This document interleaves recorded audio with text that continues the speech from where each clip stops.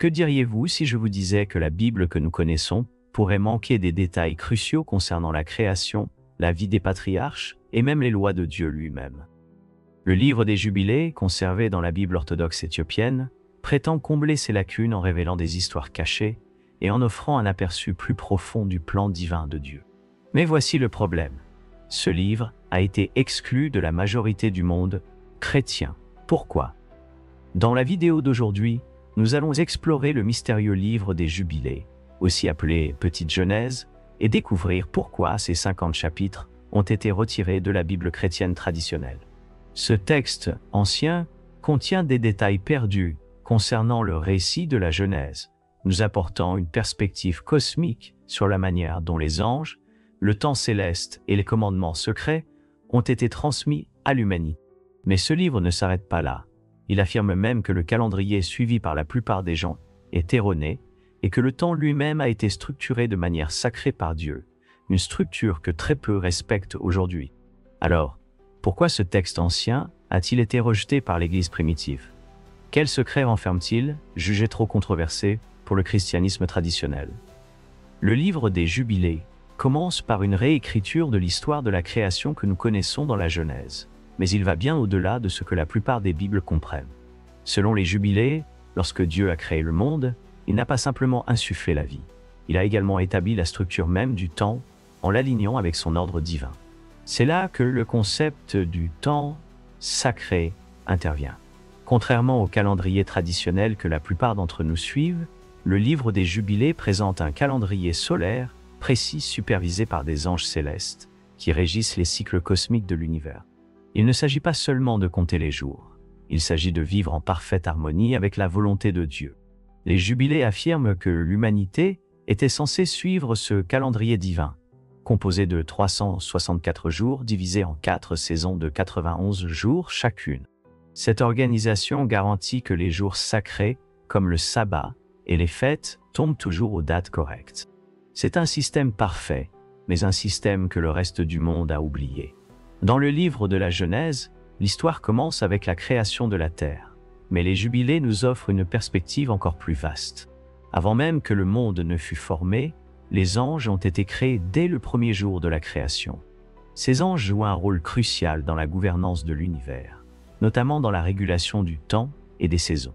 Le livre des Jubilés révèle que ces anges ont été assignés à des tâches spécifiques par Dieu, certains supervisant des phénomènes naturels comme les mouvements des cieux, tandis que d'autres servent de messagers et de gardiens des lois divines. L'idée d'ange qui contrôle les cieux se retrouve également dans d'autres textes anciens. Mais le livre des Jubilés souligne comment ces êtres angéliques contribuent à maintenir l'ordre dans l'univers, veillant à ce que le soleil, la lune et les étoiles suivent leur trajectoire divine. Car Dieu a ordonné que le soleil conserve son parcours selon les divisions des saisons Jubilées 29. Ces anges ne se contentent pas de veiller sur l'humanité. Ils régissent le tissu même du temps. Lorsque les humains dévient du temps fixé par Dieu, cela engendre le chaos, un thème récurrent dans tout le livre des Jubilés. Un des aspects les plus controversés du livre des Jubilés est son insistance sur le fait que le monde devrait suivre un calendrier solaire et non le calendrier lunaire que de nombreuses cultures antiques, y compris les Israélites, ont finalement adopté. Selon les Jubilés, le calendrier solaire est le seul moyen correct de mesurer le temps, car il s'accorde parfaitement avec l'ordre divin instauré par Dieu. Le livre explique que l'année solaire compte 364 jours, répartis en 52 semaines parfaites. Chaque saison, printemps, été, automne et hiver, comporte exactement 13 semaines, soit 91 jours. Ce système garantit que le sabbat, ainsi que les autres fêtes sacrées, sont toujours célébrées aux bonnes dates chaque année. Ce calendrier solaire ressemble fortement au calendrier éthiopien, encore utilisé aujourd'hui par l'Église orthodoxe éthiopienne. L'année éthiopienne est composée de 13 mois, 12 mois de 30 jours, plus un mois supplémentaire appelé Pagum, qui compte 5 ou 6 jours pour compenser la différence. Ne serait-il pas possible que le calendrier éthiopien soit l'un des rares systèmes modernes à refléter encore le temps sacré décrit dans les Jubilés? En revanche, le calendrier lunaire, adopté par de nombreuses cultures dans l'Antiquité, y compris par les Israélites, est perçue comme une altération de cet ordre divin. Le calendrier lunaire est irrégulier, provoquant un décalage des mois et des fêtes au fil du temps, et les jubilés avertissent que cette dérive par rapport au calendrier solaire entraîne un désordre spirituel. Il y aura ceux qui feront sûrement des observations de la lune, mais ils troubleront les saisons et provoqueront un jour abominable, le jour du témoignage, Jubilé 6.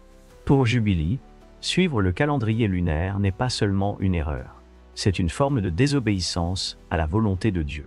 Le livre suggère qu'en revenant au calendrier solaire, l'humanité peut se réaligner avec les rythmes divins, mis en mouvement à la création du monde. Le livre des Jubiles réaffirme le récit traditionnel de la création, en 6 jours, trouvé dans la Genèse, mais il offre plus de détails sur le premier sabbat. Selon Jubilé, Dieu ne s'est pas seulement reposé le 7e jour, il l'a sanctifié comme une institution divine, une loi éternelle donnée aux humains et aux anges. Le sabbat est considéré comme la fondation du temps, un jour mis à part dès le commencement de la création et destiné à être observé pour toujours. Cette conception du sabbat, comme principe cosmique, est essentielle dans Jubilé. Il ne régit pas seulement le cycle hebdomadaire, mais s'intègre également dans une structure temporelle plus large, comprenant les cycles jubilaires de 49 ans. Ces cycles sont censés rétablir l'harmonie du monde avec l'ordre divin, offrant des périodes de repos, de libération et de renouvellement pour la terre, le peuple et même le royaume angélique. Car il a sanctifié le 7e jour et l'a béni pour toujours comme un signe de sainteté pour toutes ses œuvres. Jubilé 2, 1. L'accent mis sur le sabbat en tant que loi éternelle montre comment Jubilé ne se contente pas de raconter l'histoire de la Genèse. Il révèle la signification cachée derrière les cycles temporels qui régissent toute la création. Le livre des Jubiles nous dit qu'Adam a été créé le 6e jour, comme mentionné dans la Genèse, mais il ajoute une nouvelle dimension à son récit.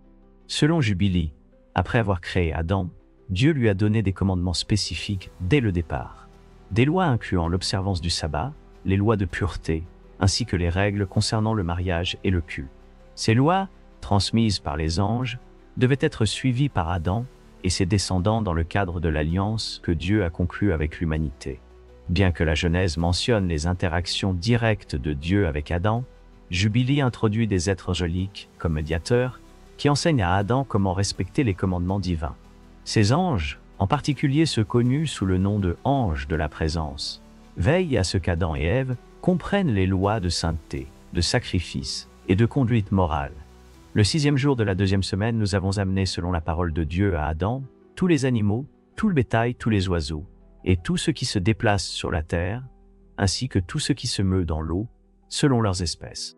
Les bêtes, le 1er jour, le bétail, le 2e jour, les oiseaux, le 3e jour, tout ce qui se déplace sur la terre, le 4e jour, et tout ce qui se déplace dans l'eau, le 5e jour. Jubilé 3, 1, 2.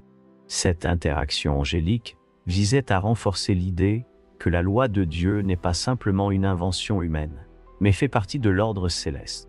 Les anges ont appris à Adam qu'il devait observer les lois de Dieu comme une alliance éternelle, tout comme eux-mêmes observent ces mêmes lois dans le royaume céleste. Ne serait-il pas possible que les lois de Dieu, transmises par les anges, aient été données à l'humanité bien avant que Moïse ne reçoive les 10 commandements? Et que pourrions-nous apprendre de ces lois anciennes? Si vous êtes curieux des lois que Dieu a données à Adam et de la façon dont elles se comparent aux lois de Moïse, dites-le nous dans les commentaires. Devrait-on approfondir les anciens commandements transmis depuis les tout premiers jours de la création? Après la chute d'Adam et Ève, les Jubilés ajoutent de nouvelles perspectives sur l'histoire de leurs enfants, Caïn et Abel. Alors que la Genèse nous dit que Caïn a tué Abel, le livre des Jubilés apporte des détails supplémentaires sur les événements qui ont suivi.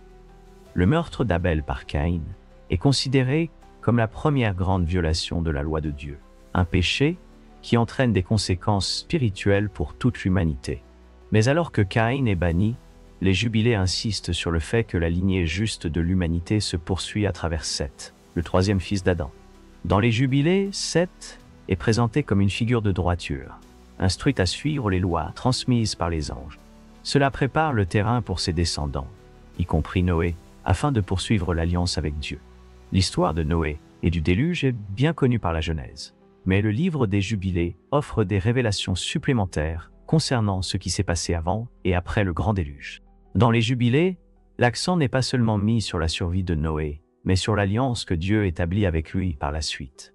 Une alliance qui souligne l'importance de la pureté, de la justice et de l'observation des lois de Dieu. Avant le déluge, les Jubilés s'attachent à explorer plus en profondeur la corruption de la terre, en se concentrant notamment sur les Néphilim, les descendants des anges déchus et des femmes humaines.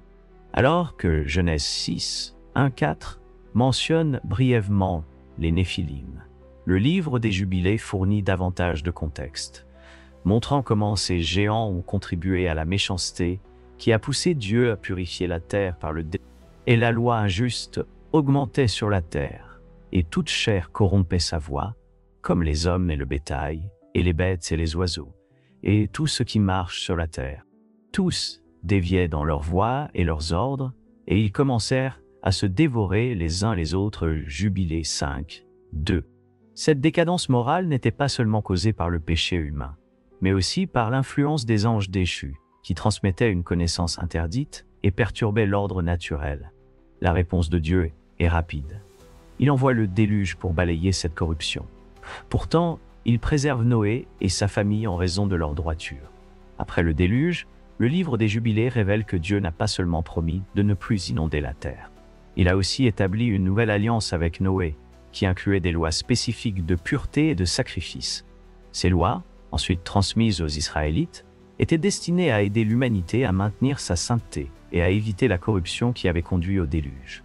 Un détail clé dans le livre des Jubilés est que Noé a reçu l'instruction d'observer le sabbat et de suivre les mêmes lois données à Adam concernant le sacrifice et la pureté. Cette alliance a marqué un nouveau départ pour l'humanité, mais elle a aussi souligné l'importance de rester fidèle aux lois de Dieu pour prévenir un nouveau jugement. Les lois de sacrifice, qui seront plus tard officialisées dans la loi mosaïque, étaient déjà observées par Noé dans le cadre de cette alliance. Ces lois comprenaient des instructions sur la manière d'offrir des holocaustes à Dieu et comment rester pur tant dans le corps que dans l'esprit. Dans Genèse 12, nous découvrons Abraham lorsque Dieu l'appelle à quitter sa patrie pour se rendre au pays de Canaan. Mais le livre des Jubilés nous ramène plus loin, dans la jeunesse d'Abraham, ajoutant une toute nouvelle dimension à son histoire. Selon les Jubilés, Abraham a grandi dans une famille imprégnée d'idolâtrie. Son père, Térach, adorait de faux dieux.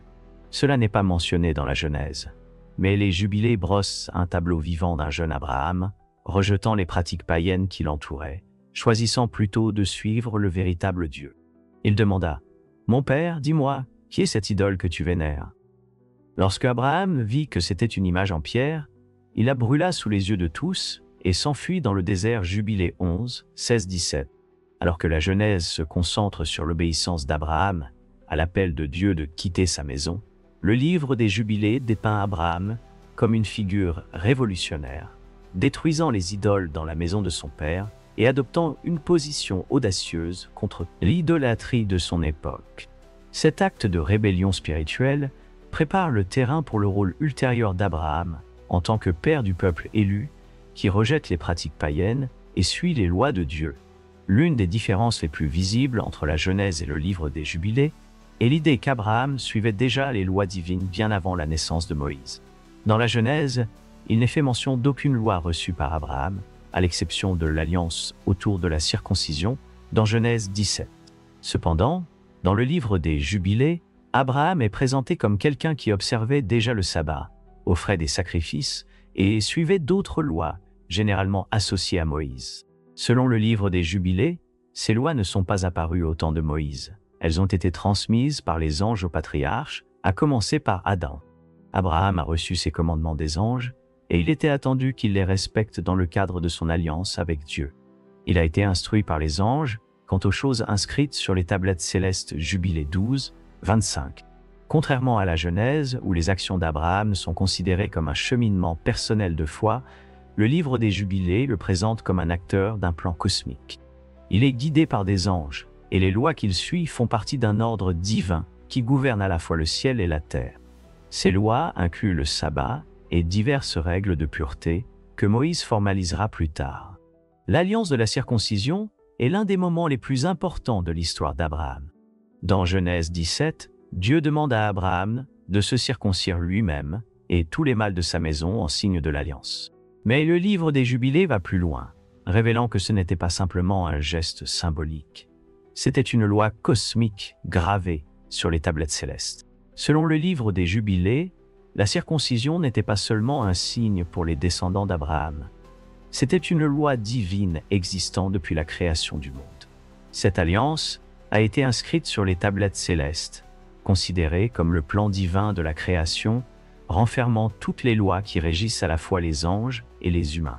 Cette loi est valable pour toutes les générations à jamais, sans circoncision limitée dans le temps ni interruption d'un jour parmi les 8 jours, car c'est un décret éternel, ordonné et gravé sur les tablettes célestes.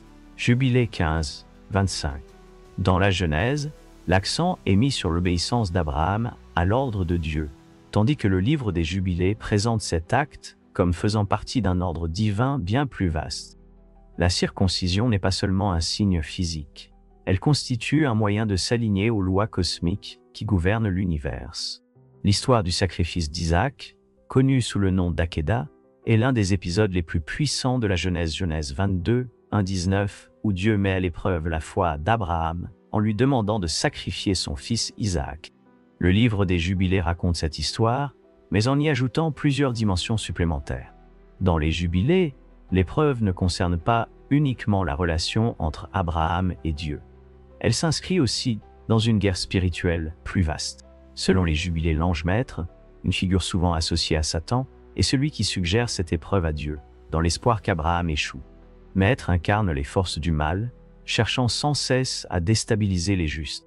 Le livre des Jubilés ajoute que des anges sont intervenus lors de l'épreuve, et Dieu a permis cette mise à l'épreuve afin de montrer que la foi d'Abraham surpassait les tentations du mal. Et je me suis tenu devant lui et devant le prince de maître. Et le Seigneur a dit, « Cette version de l'histoire, dans les Jubilés, apporte une dimension spirituelle nouvelle. Ce n'est pas simplement un test de l'obéissance d'Abraham. Il s'agit d'une bataille cosmique entre le bien et le mal. Maître cherche à faire échouer Abraham, mais l'intervention divine montre que la fidélité triomphe toujours du mal. Dans la Genèse, l'histoire met en lumière l'épreuve personnelle d'Abraham, tandis que dans les Jubilés, elle s'intègre à un récit spirituel plus vaste impliquant des forces angéliques et le combat entre le bien et le mal. Dans Genèse 25, 23, il est dit qu'avant même la naissance de Jacob et Ésaü, Dieu a révélé à leur mère Rebecca que les 2 frères deviendraient chefs de 2 nations et que l'aîné, Ésaü, serait soumis au plus jeune, Jacob. Les Jubilés développent cette prophétie en insistant sur le fait qu'il ne s'agissait pas seulement d'une dispute familiale. C'était une partie d'un dessein cosmique dans lequel Jacob était destiné à hériter de la bénédiction et à poursuivre la lignée de la justice, commencée avec Abraham. Les Jubilés ajoutent une dimension de prédestination, révélant que Jacob avait été choisi dès sa naissance pour perpétuer l'alliance, tandis qu'Ésaü était destiné à s'écarter du plan de Dieu. Le livre précise même que Isaac et Rebecca ont reçu une connaissance divine sur la nature rebelle d'Ésaü et l'opposition future de ses descendants envers Israël.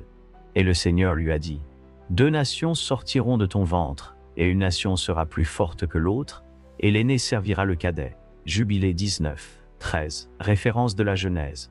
2 nations sont dans ton ventre, et 2 peuples de l'intérieur de toi seront séparés. Un peuple sera plus fort que l'autre, et l'aîné servira le cadet.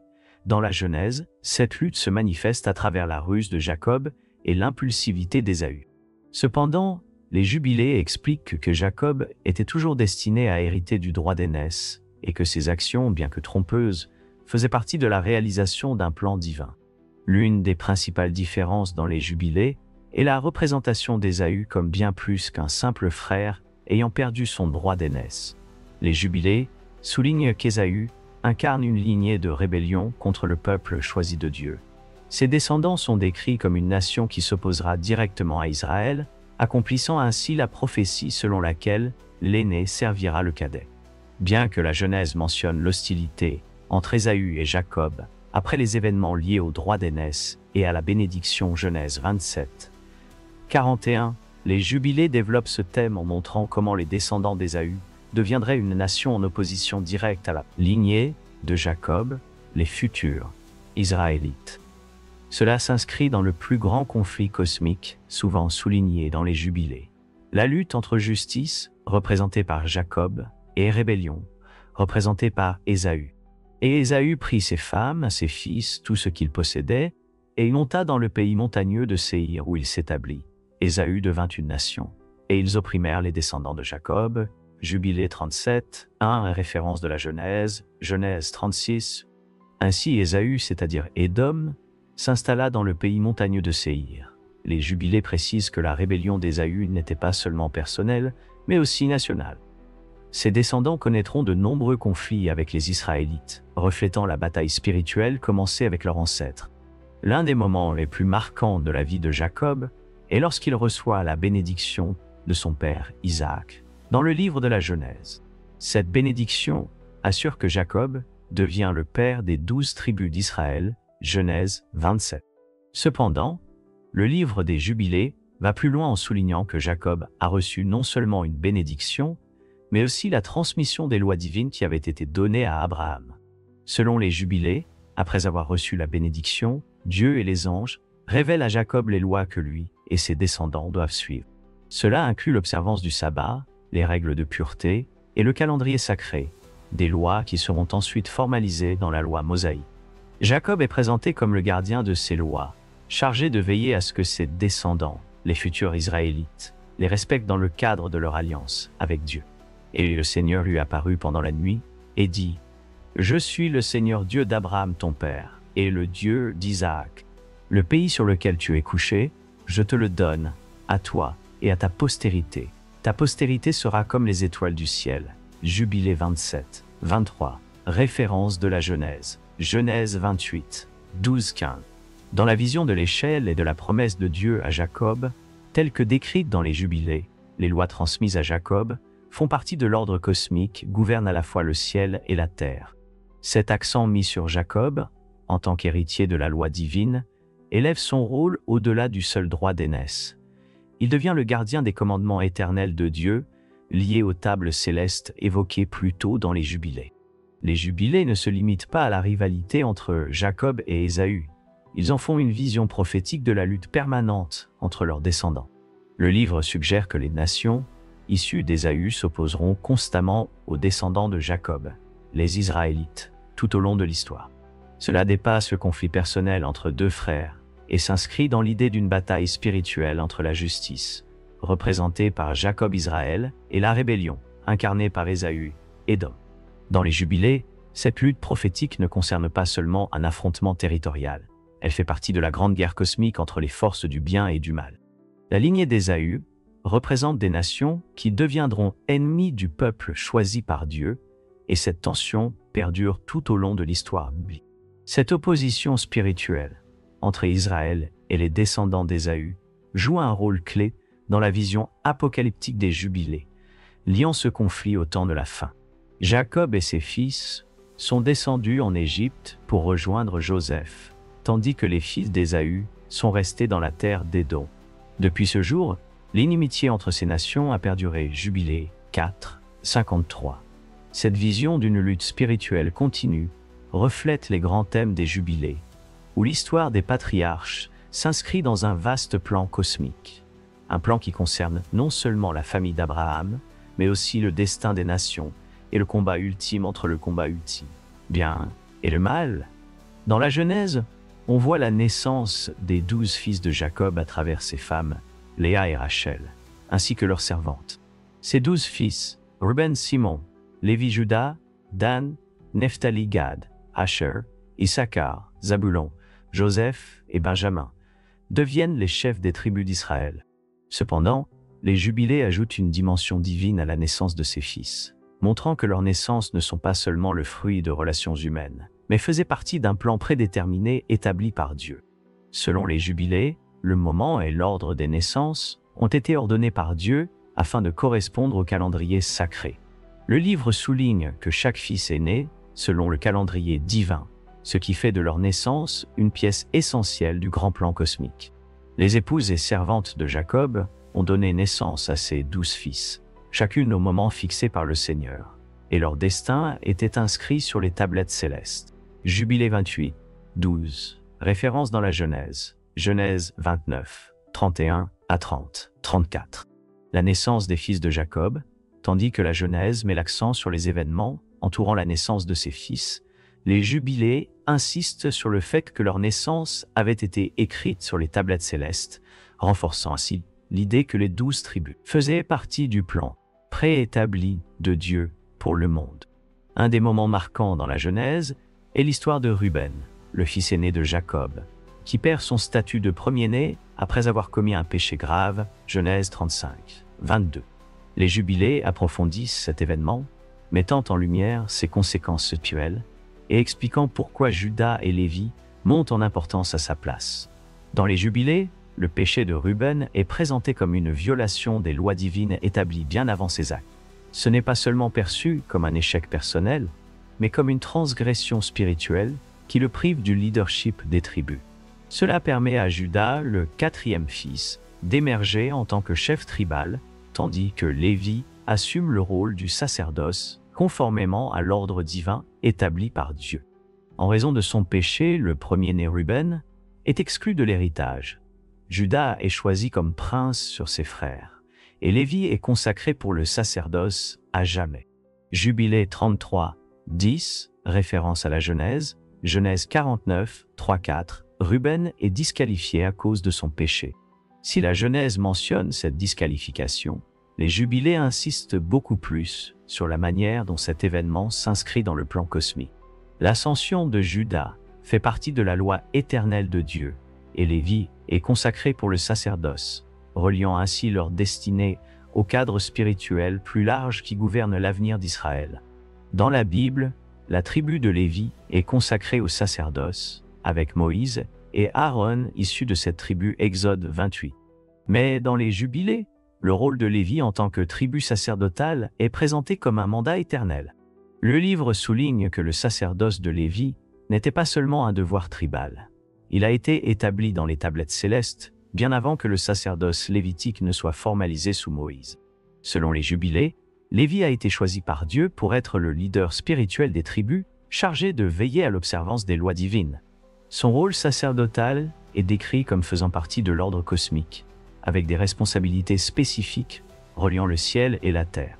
Lévi a été consacré pour le sacerdoce pour toujours, pour offrir des sacrifices et intercéder entre le peuple et le Seigneur, conformément à ce qui a été ordonné dans les tablettes célestes Jubilé 32, 17. Référence à la Genèse, Exode 28. Les descendants de Lévi ont ainsi été désignés prêtres. Tandis que la Genèse et l'Exode se concentrent sur le sacerdoce lévitique à l'époque de Moïse, les jubilés insistent sur le fait que le rôle de Lévi faisait partie du plan divin depuis le tout début. Cela fait du sacerdoce de Lévi non seulement une réponse aux circonstances historiques, mais un élément essentiel de l'ordre cosmique qui précède les événements du mont Sinaï.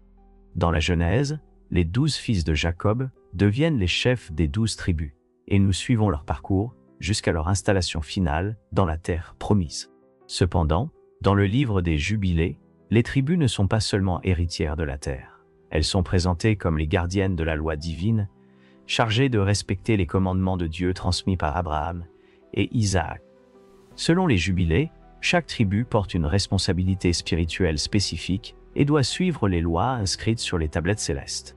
Le livre souligne que les 12 tribus ont été choisies non seulement pour hériter de la terre, mais aussi pour agir en tant qu'intendantes des commandements divins, veillant à ce que les lois de Dieu soient respectées par toutes les générations. Et le Seigneur dit à Jacob, « Voici les lois pour tes fils et leurs descendants à jamais, écrites sur les tablettes célestes, afin qu'ils marchent selon ces lois et vivent. » Jubilé 29, 6. Référence dans la Genèse, Genèse 49. Les bénédictions de Jacob à ses fils montrent que, bien que la Genèse indique que les fils de Jacob sont devenus les chefs de tribu, les Jubilés précisent qu'ils étaient aussi chargés de transmettre les lois du Seigneur aux générations futures. Chaque tribu joue un rôle cosmique dans la préservation de l'ordre divin, reliant leurs actions à la destinée spirituelle d'Israël. Dans la Genèse, les frères de Joseph le vendent comme esclave, motivés par la jalousie envers la faveur que leur père lui porte. Genèse 37. Toutefois, les jubilés recontextualisent cet événement en le reliant à des conséquences cosmiques. Selon les jubilés, l'acte de trahison des frères n'est pas un simple conflit familial. C'est une grave transgression contre l'ordre divin et leur culpabilité dépasse ce qui est décrit dans la Genèse. Dans les jubilés, la vente de Joseph est considérée comme un grand péché contre la loi céleste de Dieu et les frères sont prévenus qu'ils subiront une punition divine, à moins qu'ils ne se repentent. C'est une différence majeure avec la Genèse, où l'accent est davantage mis sur la jalousie personnelle et la culpabilité des frères. Dans les jubilés, les actes des frères ont des implications cosmiques. Leur trahison perturbe le plan divin et les place sous le jugement de Dieu. Les frères de Joseph l'ont vendu en esclavage, et leur péché a été inscrit sur les tablettes célestes, car ils ont transgressé les lois éternelles. Il a été décrété que leurs descendants souffriraient jusqu'à ce qu'ils se repentent de ce grand péché. Jubilé 34. Cette insistance sur les tablettes célestes inscrit leur péché dans un ordre cosmique plus vaste, reliant les actions des frères à la souffrance future d'Israël sous la servitude égyptienne. La trahison de ces derniers prépare le terrain pour le plan de Dieu pour racheter la nation d'Israël à travers l'Exode, qui avait été annoncé dans le royaume céleste. Dans la Genèse, la montée en puissance de Joseph en Égypte est décrite comme le résultat de sa sagesse et de sa capacité à interpréter les rêves. Genèse 41. Cependant, le livre des Jubilés approfondit cela en expliquant que l'ascension de Joseph faisait partie d'un plan divin inscrit sur les tables célestes. Son succès en Égypte ne résultait pas seulement de ses compétences, mais parce que Dieu avait préordonné son rôle de sauveur pour les Israélites. Le livre des Jubilés souligne que l'ascension de Joseph au pouvoir faisait partie du dessein céleste, destiné à créer les circonstances qui mèneraient à l'Exode. C'était le destin de Joseph d'amener sa famille en Égypte, où il serait finalement réduit en esclavage, puis délivré par l'intervention miraculeuse de Dieu. Il était inscrit sur les tables célestes que Joseph régnerait sur l'Égypte, et à travers lui, les fils d'Israël seraient sauvés de la famine. Toutefois, il serait aussi retenu en Égypte pour un temps. Jubilé 42. De cette manière, la vie de Joseph est décrite comme un événement cosmique, son ascension au pouvoir servant un but bien plus grand dans le plan de Dieu pour la délivrance d'Israël.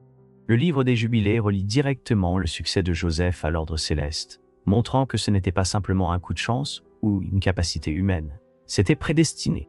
L'un des ajouts les plus intrigants dans le livre des Jubilés est l'implication des anges dans la vie de Joseph. Alors que la Genèse dépeint Joseph comme ayant une relation étroite avec Dieu à travers ses rêves, le livre des Jubilés va plus loin en introduisant le rôle des anges dans la guidance et la protection de Joseph tout au long de son parcours. Le livre des Jubilés décrit comment des anges furent envoyés par Dieu pour veiller sur Joseph dès qu'il fut vendu comme esclave, assurant qu'il puisse accomplir son destin en Égypte. Ces anges intervenaient à des moments clés de la vie de Joseph, le protégeant du mal et veillant à ce qu'il reste fidèle à Dieu.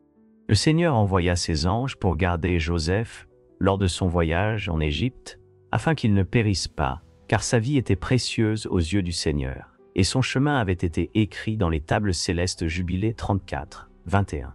Ce détail concernant l'implication des anges ajoute une dimension de protection spirituelle à l'histoire de Joseph, qui n'est pas présente dans la Genèse.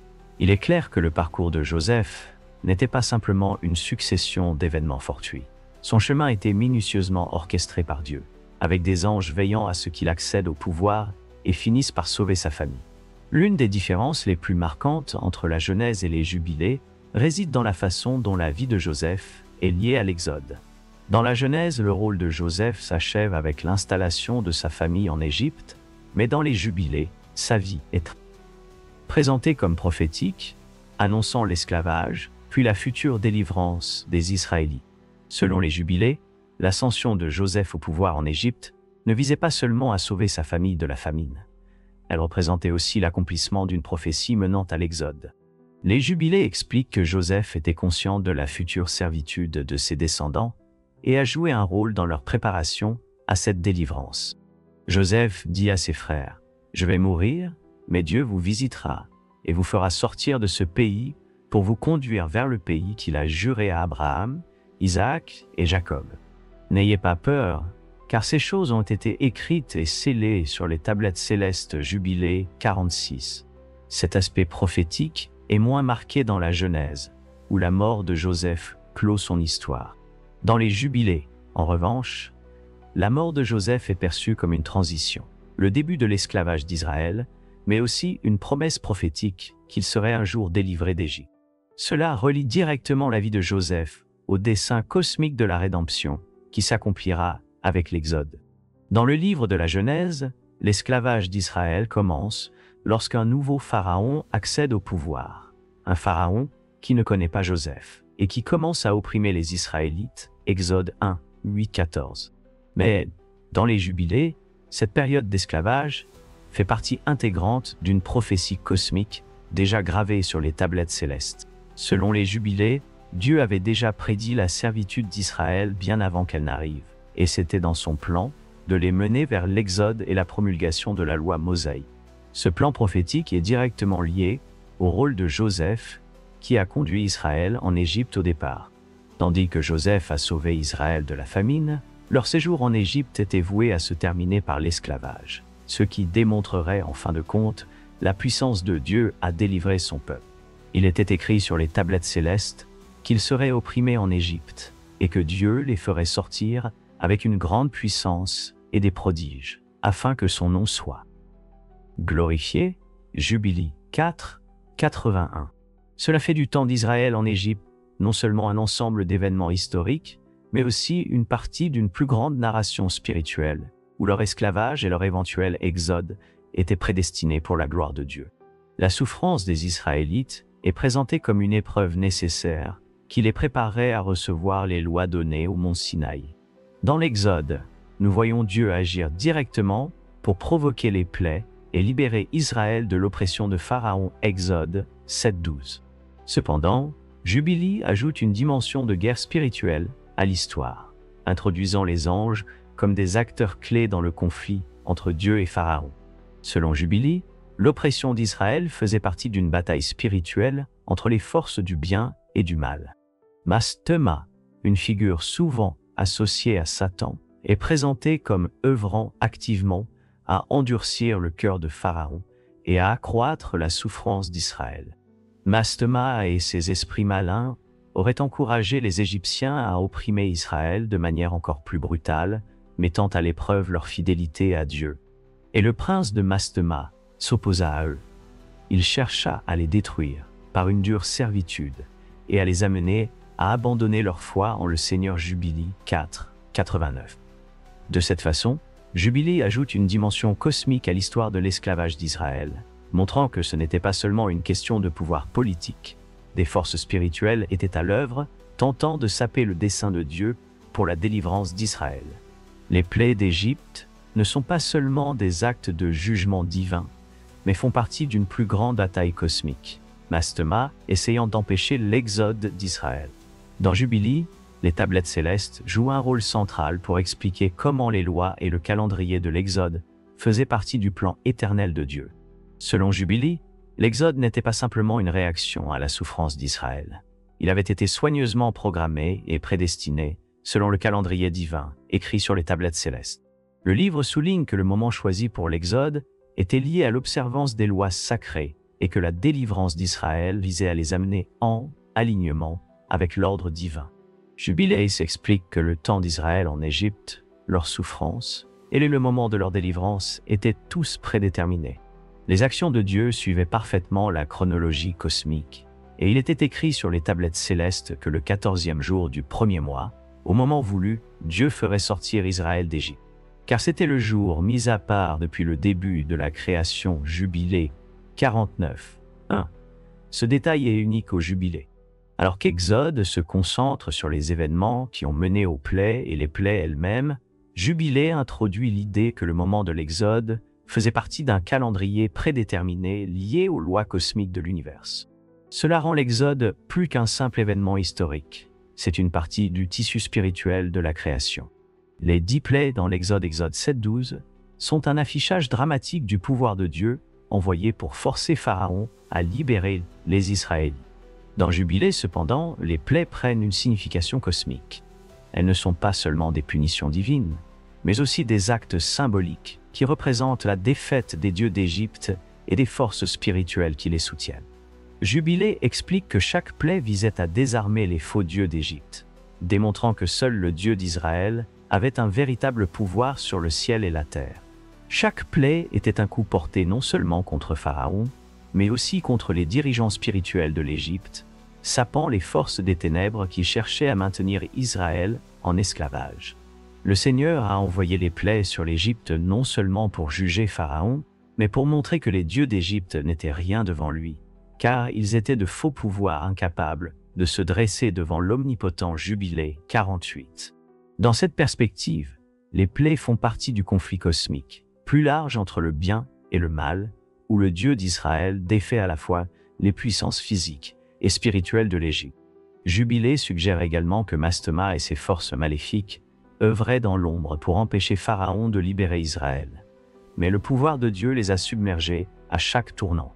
Dans l'Exode, nous voyons Moïse a reçu la loi directement de Dieu sur le mont Sinaï, mais Jubilé ajoute le détail que ces lois n'ont pas été créées à ce moment-là. Elles avaient déjà été inscrites sur les tablettes célestes bien avant l'époque de Moïse. Selon Jubilé, les tablettes célestes sont essentiellement un registre cosmique de toutes les lois de Dieu, établies dès le tout début de la création. Elles servent de guide, tant pour les anges que pour les humains. Jubilé souligne que Moïse n'était que le récipiendaire humain de lois qui avait été prédestiné pour tous les temps. La loi mosaïque, donc, n'est pas seulement un ensemble de règles pour les Israélites. Elle fait partie d'un ordre divin qui régit l'ensemble de l'univers. Cela signifie que les lois données à Moïse étaient toujours destinées à être révélées, et leur moment était conforme au calendrier divin. La loi et le témoignage ont été ordonnés et inscrits sur les tablettes célestes, créées bien avant la fondation du monde, afin qu'ils puissent guider toutes les générations des enfants d'Israël. Jubilé 6, 17. Alors qu'Exode met l'accent sur la révélation dramatique de la loi au mont Sinaï, Jubilé la présente comme faisant partie d'un plan cosmique. Les lois étaient déjà écrites dans le ciel, attendant le bon moment pour être révélées à Moïse et aux Israélites. Un des aspects les plus fascinants de Jubilé est son insistance sur le fait que la loi mosaïque était observée bien avant Moïse. Bien que la Bible traditionnelle décrive Abraham, Isaac et Jacob comme des individus justes, elle ne précise pas qu'ils ont reçu l'intégralité de la loi. Jubilé, en revanche, affirme que les patriarches observaient déjà le sabbat, offraient des sacrifices et suivaient de nombreuses lois qui seraient par la suite données à Moïse. Cela fait de la loi mosaïque, non pas un nouveau développement, mais une restauration des lois qui ont été transmises depuis le commencement des temps. Les patriarches ont reçu ces commandements par révélation divine et par l'intermédiaire des anges qui les guidaient. Par exemple, Abraham est décrit comme observant le sabbat et les lois alimentaires bien avant qu'elles ne soient officiellement données à Israël, car Abraham gardait le sabbat, circoncisait ses fils et suivait les commandements du Seigneur qui étaient inscrits sur les tablettes célestes. La loi lui a été révélée par les anges de Dieu. Jubilé 16, 28. De cette manière, Jubilé présente la loi comme un code intemporel donné à tous les justes depuis Adam. Moïse n'était simplement que celui choisi pour la transmettre dans sa forme complète à la nation d'Israël. Une des contributions les plus uniques de Jubilé à l'histoire de la loi mosaïque est son accent mis sur le calendrier cosmique. Dans Jubilé, l'observation du temps, particulièrement le sabbat, les fêtes et les années jubilaires, est au cœur de l'ordre divin. Ces lois temporelles sont présentées comme faisant partie des tablettes célestes, et les suivre est considéré comme un moyen de s'aligner avec le rythme divin de l'univers. Dans Jubilé, le calendrier solaire est privilégié par rapport au calendrier lunaire, avec une année composée de 364 jours. Ce système est perçu comme la manière correcte d'observer les commandements de Dieu, garantissant que toutes les fêtes et les sabbats tombent au jour approprié. Les jubilés avertissent que s'écarter de ce calendrier divin peut mener à un désordre spirituel, raison pour laquelle les lois relatives à la mesure du temps sont si centrales dans la loi mosaïque. Et le Seigneur parla à Moïse et dit « Écris pour Israël la loi du sabbat et des fêtes, car ces temps sont ordonnés sur les tables célestes, et tu dois les observer scrupuleusement, de peur de tomber dans l'erreur. » Jubilé 52. Ce focus sur le calendrier cosmique n'est pas aussi prononcé dans la Bible traditionnelle, où le sabbat et les fêtes sont mentionnés, mais sans la même insistance sur leurs origines cosmiques. Les jubilés soulignent que suivre ce calendrier est essentiel pour demeurer dans les bonnes grâces de Dieu, car il aligne la vie humaine sur le plan divin. Bien que la loi mosaïque dans la Bible soit donnée spécifiquement aux Israélites, les jubilés présentent ces lois comme éternelles, impliquant non seulement Israël, mais toutes les générations et même les anges.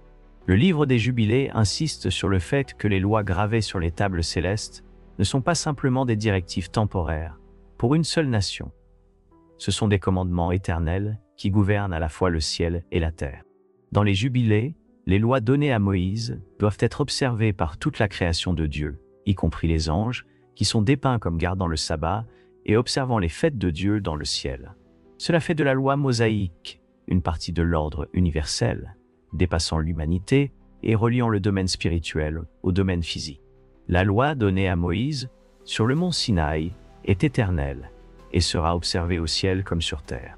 Les anges gardent le sabbat et les justes observeront les commandements pour l'éternité. Jubilé 50, 13. Cette idée d'une loi éternelle n'est pas aussi explicite dans la Bible traditionnelle, où l'accent est mis sur l'alliance entre Dieu et Israël. Dans les jubilés, cependant, la loi est décrite comme faisant partie intégrante du tissu de l'univers, liant à la fois les anges et les humains à l'ordre cosmique de Dieu. Dans les jubilés, l'avenir d'Israël n'est pas laissé au hasard. Il fait partie d'une chronologie divinement ordonnée qui a été inscrite sur les tables célestes depuis le commencement des temps. Cette chronologie trace la montée et la chute des nations, l'exil et le retour d'Israël, ainsi que le futur jugement qui surviendra sur le monde. Tout ce qui se déroule dans l'histoire humaine, de la création jusqu'au jugement dernier, suit un calendrier cosmique inscrit dans les cieux. L'un des aspects uniques du livre des Jubilés est son insistance sur le fait que ces événements sont prédestinés et qu'aucune chose ne se produit en dehors du plan divin de Dieu. Ce livre offre une perspective prophétique sur le parcours d'Israël, expliquant que leur exil, leur souffrance et leur restauration étaient tous inscrits dans les registres célestes et doivent s'accomplir selon le calendrier divin. Tout ce qui arrivera à Israël était gravé sur les tables célestes, depuis leur rébellion jusqu'à leur rédemption, et les temps fixés pour leur délivrance ont été déterminés longtemps à l'avance. Jubilé 23, 32. Alors que la Genèse et l'Exode se concentrent sur des événements précis de l'histoire d'Israël, les jubilés offrent une vue d'ensemble, montrant que le destin d'Israël fait partie d'un plan cosmique plus vaste déjà scellé. Les jubilés mettent un fort accent sur le rôle des anges tout au long de l'histoire d'Israël, mais leur intervention devient encore plus cruciale lors des temps de la fin. Dans les jubilés, les anges du Seigneur sont chargés d'exécuter le jugement divin sur les nations, veillant à ce que la volonté de Dieu s'accomplisse tant dans les cieux que sur la terre. À l'approche des derniers jours, les jubilés décrivent comment les anges descendent pour séparer les justes des méchants, rassemblant ceux qui sont demeurés fidèles au commandement de Dieu. Le livre des jubilés introduit également l'idée que Mtima, le chef des esprits maléfiques, sera lié et jeté dans l'abîme, symbolisant la défaite ultime des forces des ténèbres. Et le Seigneur enverra ses anges pour rassembler ses élus, et ils lieront le prince des esprits maléfiques, le jetant dans l'abîme jusqu'au temps du jugement, où il sera détruit pour toujours. Jubilé 23, 29. Cette représentation des anges, comme agents de la justice divine, apporte une dimension unique à la prophétie des derniers temps. Alors que la Bible traditionnelle évoque les anges dans le cadre du jugement cf. Apocalypse, les jubilés offrent une vision détaillée de leur rôle dans la guerre spirituelle qui se déroulera dans les derniers jours. L'un des thèmes centraux des jubilés est la vision prophétique de la rédemption d'Israël. Le livre souligne que, malgré la rébellion et l'exil d'Israël, Dieu a déjà fixé un moment où ils seront restaurés dans leur terre et renouvelés dans leur alliance avec lui. Cette restauration n'est pas seulement un événement politique, c'est un renouveau spirituel qui s'aligne avec le plan cosmique inscrit dans les tablettes célestes. Selon les jubilés, la rédemption d'Israël viendra après une période de grande tribulation, durant laquelle la nation sera purifiée. La loi sera rétablie, et le peuple marchera à nouveau dans la sainteté, se préparant à la venue du Messie et à l'établissement du royaume de Dieu sur terre. Le temps viendra où les enfants d'Israël retourneront vers le Seigneur de tout leur cœur, et il les rassemblera des nations et les établira dans leur terre, comme il est écrit sur les tablettes célestes. Jubilé 23, 26. Bien que la Bible traditionnelle parle également de la restauration d'Israël, comme on le voit dans Isaïe et Jérémie, les jubilés ajoutent que cette restauration fait partie d'une chronologie prédéterminée, avec des événements spécifiques déjà enregistrés dans les archives célestes.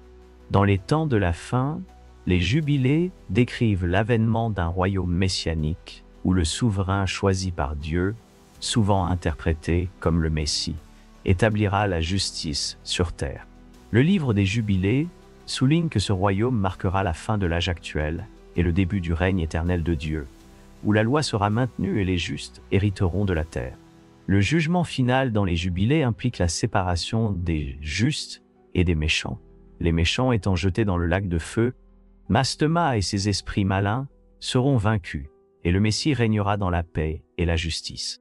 Cette vision des temps de la fin est cohérente avec l'imagerie apocalyptique que l'on trouve dans le livre de l'Apocalypse, mais les Jubilés insistent davantage sur le rôle de la loi et l'ordre cosmique qui sera rétabli.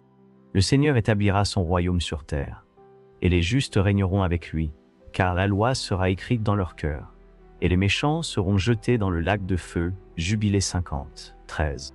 Ce royaume messianique dans les Jubilés reflète une vision d'une création restaurée, où la loi est entièrement respectée et les justes sont récompensés pour leur fidélité.